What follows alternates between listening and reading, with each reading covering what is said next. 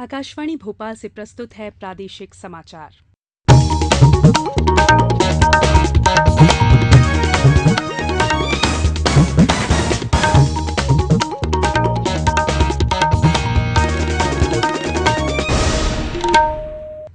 नमस्कार, समाचारों के साथ मैं संयुक्ता बैनर्जी।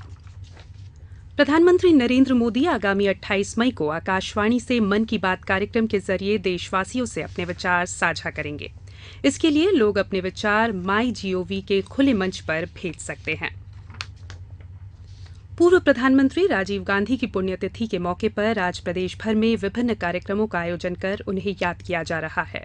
भोपाल स्थित प्रदेश कांग्रेस मुख्यालय में श्री गांधी की पुण्यतिथि के अवसर पर पुष्पांजलि कार्यक्रम आयोजित किया गया। इस दौरान कांग्रेस जनों द्वारा राजीव जी के जीवन वृत्तांत पर प्रकाश डाला गया। इससे पूर्व हबीबगंज थाने के सामने बिट्ठल मार्केट स्थित स्वर्गीय राजीव गांधी की प्रतिमा पर माल्यार्पण कर उन्हें याद किया गया।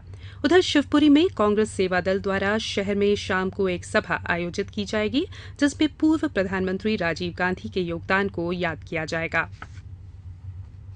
केंद्र के स्वच्छ भारत मिशन को लागू करने में प्रदेश देश के अग्रणी राज्यों में के रूप में उभर रहा है। स्वच्छ सर्वेक्षण 2017 में देश के 25 शीर्ष शहरों में से 8 शहर मध्य प्रदेश के हैं। इंदौर को देश का सबसे स्वच्छ शहर घोषित किया गया है। वहीं स्वच्छ सर्वेक्षण में भोपाल को दूसरा स्थान मिला है।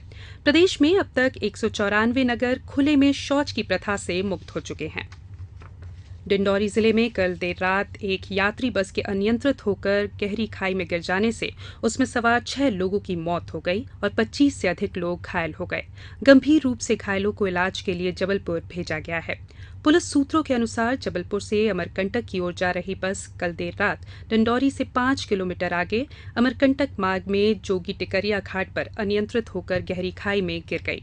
हादसे में 5 लोगों की घटनास्थल पर ही मौत हो गई, जबकि एक यात्री ने अस्पताल में उपचार के दौरान दम तोड़ दिया। बस में कुल 40 यात्री सवार थे।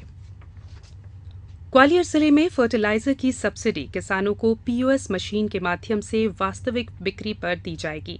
इस संबंध में कलेक्टर डॉक्टर संजय गोयल ने जिले के सभी उर्वरक विक्रेताओं को निर्देश देते हुए कहा कि ऐसा फर्टिलाइजर सेक्टर में DBT योजना लागू होने से किया जा रहा है।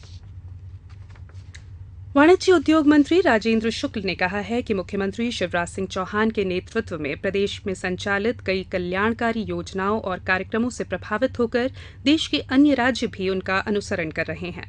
कल रीवा में मुख्यमंत्री कन्या सामूहिक विवाह और निकाह कार्यक्रम को संबोधित करते हुए उन्होंने कहा कि राज्य सरकार बेटियों के उत्थान के लिए चिंतित है और इसी को ध्यान में रखते हुए बेटियों के लिए विभिन्न योजनाएं संचालित की जा रही हैं। जनसंपर्क और जल संसाधन मंत्री डॉक्टर नरोत्तम मिश्रा ने कल दतिया में पेयजल आपूर्ति व्यवस्था की समीक्षा की। इस मौके पर उन्होंने शहर के नागरिकों को प्रतिदिन पेयजल की आपूर्ति हो, इसके लिए अधिकारियों को निर्देश दिए। उन्होंने कहा कि रोजाना पेयजल आपूर्ति नहीं होने पर संबंधित के विरुद्ध कार्रवाई की जाएगी। केंद्र सरकार की स्व उद्यमी योजना के अंतर्गत जबलपुर जिले की सभी ग्राम पंचायतों में एक निःशुल्क कॉमन सर्विस सेंटर उपलब्ध कराया जा रहा है। इन केंद्रों के माध्यम से ग्रामीण जनता को विभिन्न प्रकार की ऑनलाइन और अन्य उपयोगी सुविधाएं प्रदान की जा रही हैं। इस योजना का मुख्य उद्देश्य ग्रामीण नागरिकों को डिजिटल सुविधा के साथ जोड़ना है। अब कुछ समाचार संक्षेप में। सतना जिले में बिजली उपभोक्ताओं की शिकायतों का निराकरण करने के लिए आगामी 31 मई से 9 जून तक शहर और ग्राम पंचायतों में बिजली महापंचायत शिविर लगाए जाएंगे। धार जिले के राजगढ़ और सरदारपुर में हितग्राही सम्मेलन आयोजित हुआ। सम्मेलन में विभिन्न योजनाओं के तहत बड़ी संख्या में हितग्राहियों को लाभान्वित किया गया। ग्वालियर में 4 दिवसीय रेंज ऑफ विजन सामूहिक कला प्रदर्शनी का आज समापन होगा। इसमें देश भर के कलाकारों द्वारा अपनी कलाकृतियों का प्रदर्शन किया जा रहा है। रायसेन जिले के दूरस्थ अंचलों में कुपोषण समाप्त करने के लिए जिला प्रशासन द्वारा शुरू किए गए नवाचार में वन, महिला और बाल विकास तथा स्वास्थ्य विभाग का अमला पूरी निष्ठा के साथ जुट गया है। मुख्यमंत्री कौशल्या योजना के अंतर्गत छिंदवाड़ा जिले में कलेक्टर ने महिलाओं से प्रशिक्षित होकर स्वावलंबी और आत्मनिर्भर बनने की अपील की है।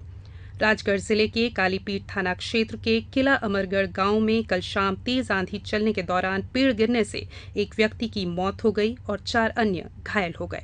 इसके साथ ही प्रादेशिक समाचार का ये बुलेटिन समाप्त हुआ।